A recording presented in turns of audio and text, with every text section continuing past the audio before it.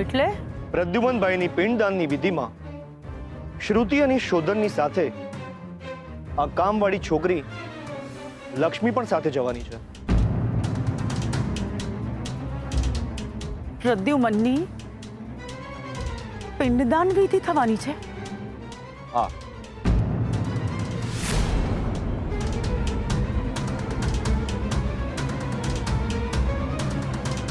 ભગવાન એની આત્માને શાંતિ આપે.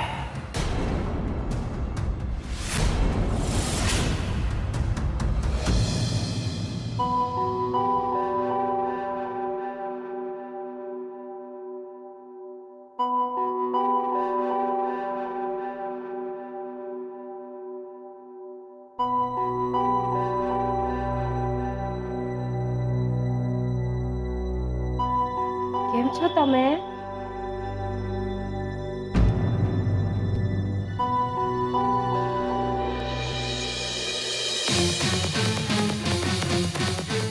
નહીં, લાકડી નીચે મૂકી દો. ગુસ્સો નહીં કરવાનો, શાંત થઈ જાઓ. મૂકી દો લાકડી નીચે. ચલો ચલો, મૂકી દો લાકડી. શાબાશ. આ મારી સાથે આવ્યા છે. એમનું નામ જીગર છે. ભાઈબંધ છું આમનો. ભાઈબંધ. એટલે બકા, મારે મારી કુંડલી કોકને બતાવવી પડશે. એટલે ગામ આખાના ડોહાઓ મને જોઈને લાકડી હાથમાં લઈને ઊભા થઈ જાય છે. ત્યોર બેસો તમે. એટલે ઝપીને બેસો. નીચે બેસી જાઓ. ચલો બેસી જાઓ.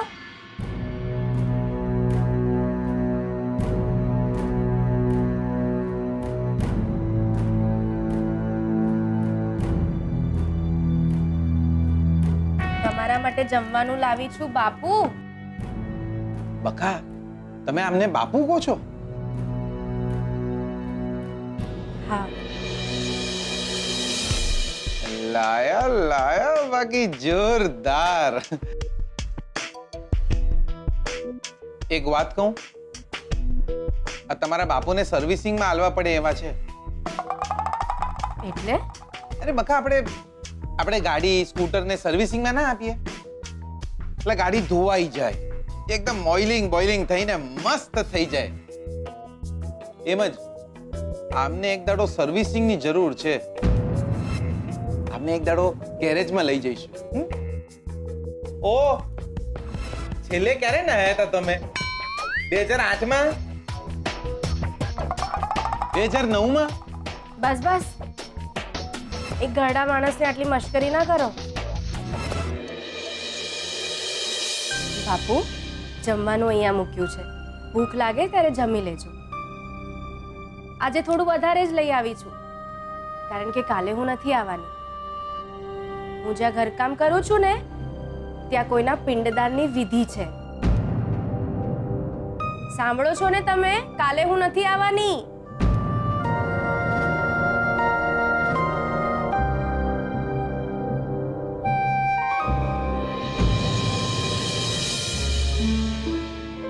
અરે, આ ફરી મળશે.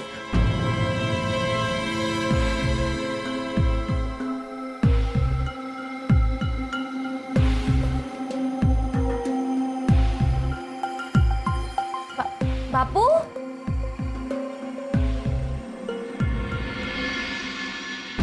બાપુ ક્યાં ગયા હશે? એમની મારામારીનો ટાઈમ થઈ ગયો છે. એટલે બકા, મને લાગે છે જ્યાર સુધી એકાદનું મોઢું ના ફોડી દે ને, ત્યાર સુધી એમને જમવાનું પચતું જ નહીં હોય. બસ હવે.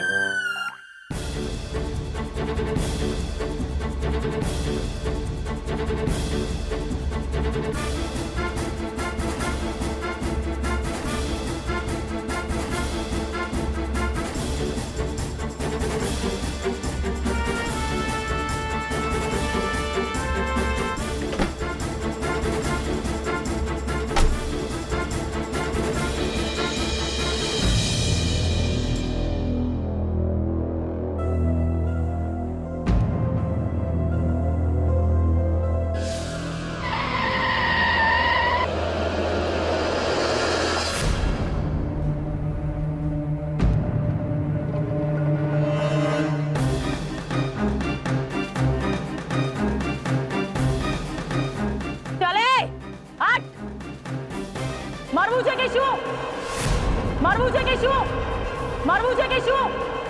મરવું છે કે શું? તારે મરવું હોય તો ગાડી પાછળ લઈને ફૂલ સ્પીડમાં લાવું. બોલ, ફૂલ સ્પીડમાં લાવું. બોલ, ફૂલ સ્પીડમાં લાવું. બોલ, ફૂલ સ્પીડમાં લાવું. બોલ. એ સાંભળે છે? સાંભળે છે? સાંભળે છે? અત્યારે મુહૂર્ત સારું છે. સ્વર્ગના દરવાજા ખુલ્લા છે. બોલ, સ્વર્ગના દરવાજા ખુલ્લા છે. બોલ, દરવાજા ખુલ્લા છે. બોલ, ચાલ હાથ.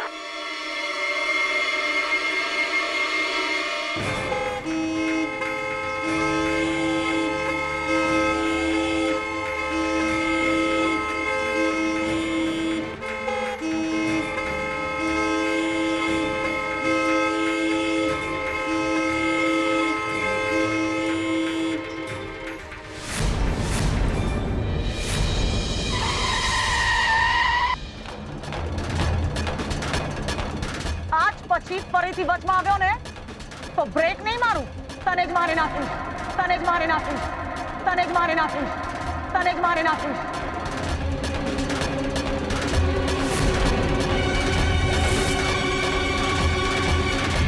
એક વાત કહું બકા, તમારા અને શોધન કરતા એક વાતે હું નસીબદાર છું. કઈ વાત? મારી પાસે બાપા છે. બકા, બાપા તો હોવા જ જોઈએ. જેમને આપણને જન્મ આલ્યો હોય એ લોકોને મરતા કઈ રીતે જોઈ શકાય?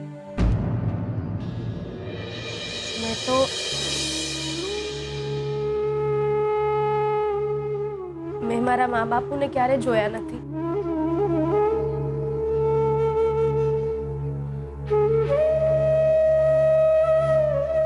એમનું મોઢું પણ મને યાદ નથી. હું નાની હતી ને ત્યારે જ એમનો સ્વર્ગવાસ થઈ ગયો. તમને તમારા બાપાની યાદ આવે છે?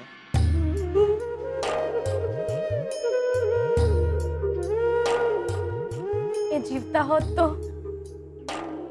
તમે એમને જ્યારે બાપુ કહ્યું ને ત્યારે જ હું સમજી ગયો હતો કે તમને તમારા બાપા યાદ આવી ગયા. કાકા, એક વાત કહું, તમારા બાપા છે ને નક્કી સ્વર્ગમાં જ હશે. તમને કેવી રીતે ખબર? જે પોતાના બાપાને બીજા ઘરડા માણસમાં જોએ એમના માવતર સ્વર્ગમાં જવાને જ લાયક હોય.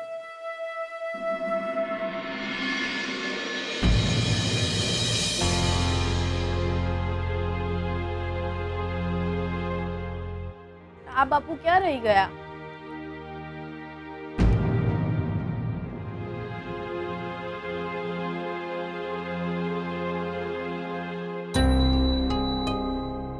બાપુ, તમે ક્યાં ગયા હતા?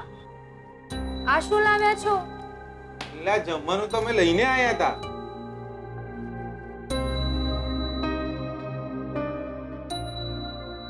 આ શું છે? ખોલું?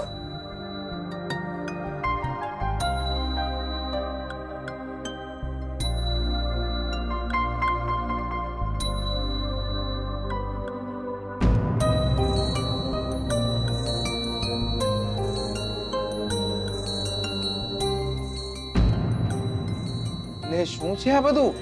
આ બધું શું લાયા છો? આ શું? ફૂલો, નારિયેળ, ચોખાનો લોટ, પૂજાપુ. આ પૂજાપોનું સામાન કેમ લાવ્યા છો તમે? એક મિનિટ બકા, આ બધો સામાન એટલા માટે લાયા છે, આપણે એમને કહ્યું ને કે પિંડદાનની વિધિ છે.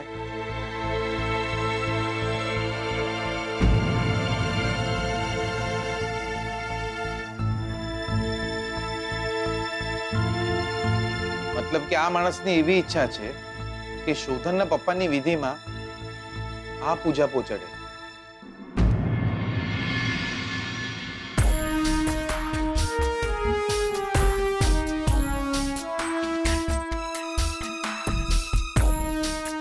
કોણ છો તમે? તમને આ વિધિની ખબર છે? આ પૂજાપાનો સામાન તમે અમને કેમ આપ્યો? કોણ છો તમે? તમને ખબર છે અંતિમ વિધિમાં શું હોય? યાર આ બધી વસ્તુઓ તો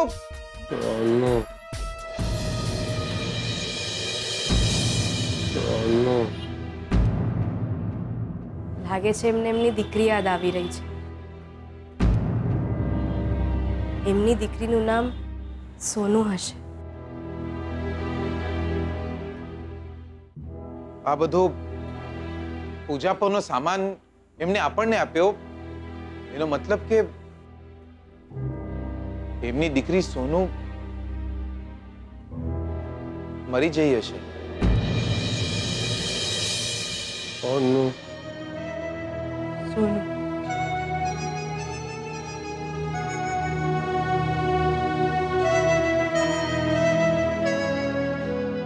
સોનુ બેટા,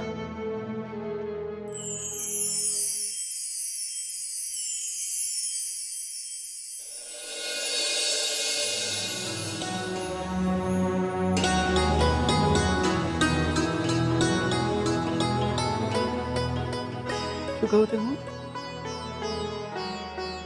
સોનુ. સોનુ. હા બેટા. સોનુ. મોમ, કેટલા વર્ષો પછી તે મને નામે બોલાવ્યો. ઘણા વર્ષ પછી અચાનકાના મોઢે આવી ગયું. તારા પપ્પા હંમેશા તને સોનુ કહીને બોલાવતા. સોનુ. એ ગયા ને સાથે નામ પણ લીધું.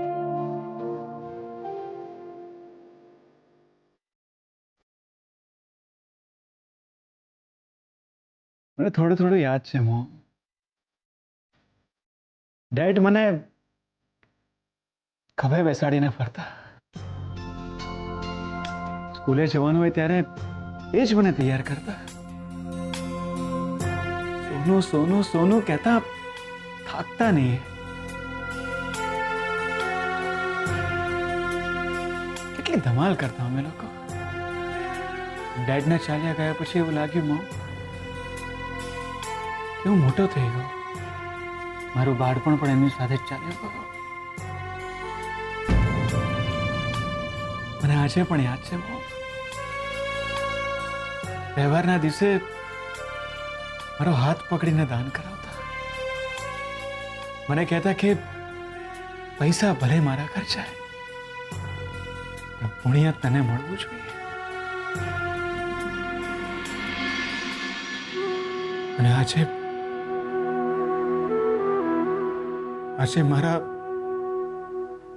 મારા હાથથી હું મારા ડેડીનું પિંડદાન કરીશ.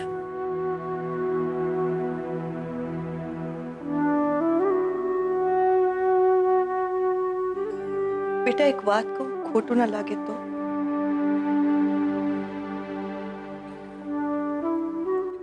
યા મોમ, બોલ. તારા પપ્પાના પિંડદાન સાથે બને તો બીજું એક પુણ્યનું કામ કરજે. હા મોમ, બોલ ને. શું કરવું છે? હવે તો મને લાગે છે કે જીગર લક્ષ્મીને સુખી કરશે.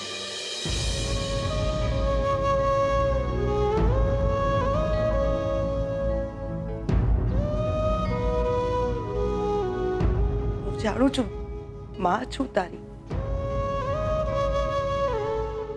મારે મન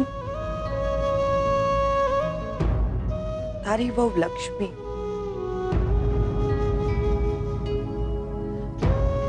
ભલે તો શ્રુતિ સાથે લગ્ન કરે, પણ મારે મન પહેલી લક્ષ્મી.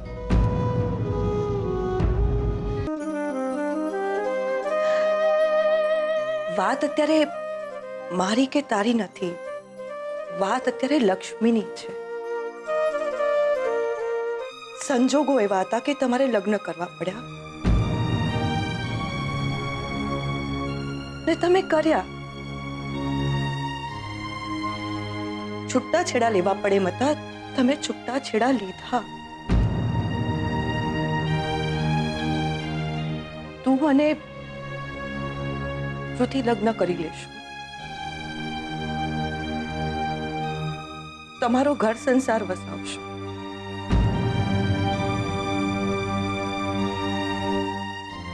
તો લક્ષ્મીનું શું?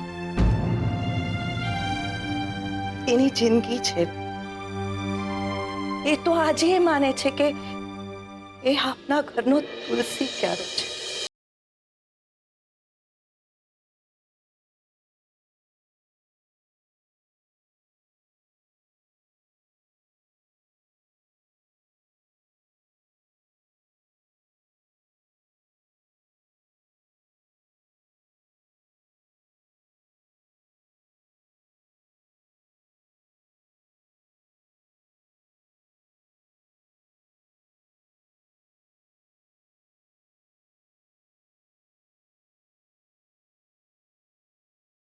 પણ જાણું છું, જેમ તેની સેથીમાં સિંદૂર પૂર્યું હતું ને, એમ જ એની જિંદગીમાં સિંદૂર પૂરશે. એને હસતા મોઢે વિદાય આપજે. સોનુ બેટા, જીગર અને લક્ષ્મીના લગ્ન થાય ને ત્યારે હસતા મોઢે વિદાય આપજે.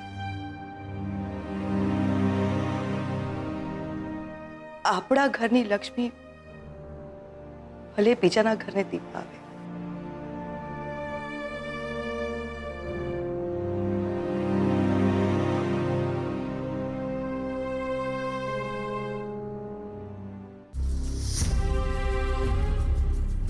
જીગર, તમે હજુ સૂતા નથી? ના માસી, સાચું કહું તો ઊંઘ જ નહીં આવી રહી. શોધનના બાપાની આવી વિધિ હોય અને હા બેટા, આપણે ન માનીએ તો પણ એમ કહીને જીવવું પડે જેવી ભગવાનની વાત છે.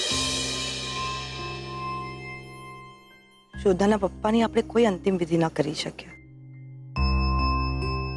શોધનની ઈચ્છા છે કે એ એના હાથે એના પપ્પાનું પિંડદાન કરે. તમે બંને જશો તો મને બહુ સારું લાગશે. ઘરના છોકરાઓના હાથે આવી વિધિ થાય તો સારું.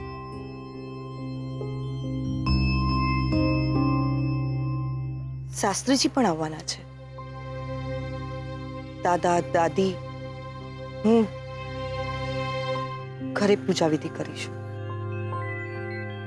હા હા બેનબા, અમે ચોક્કસ જઈશું. આ વિધિ ક્યાં કરવાની રહેશે? એટલે કે કોઈ મંદિરે જવાનું છે? હા, મંદિરે જવાનું છે.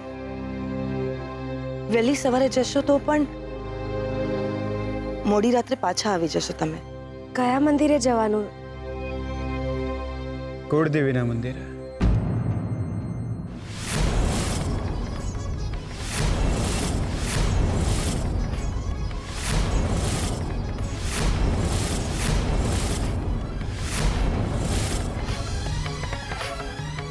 કાલે સવારે આપણે ચારેય જણા કુળદેવીના મંદિરે જઈ રહ્યા છીએ. કુળદેવીના મંદિરે? હા, અને કુળદેવીના મંદિરે જ આપણે ડેડના પિંડદાનની વિધિ કરવાની છે. જલ્દી જાગી જજો, તૈયાર થઈ જજો. આપણે વહેલા નીકળી જઈશું. Okay, good night. ચલ મામા, હવે તું પણ સુઈ જા. હા બેટા.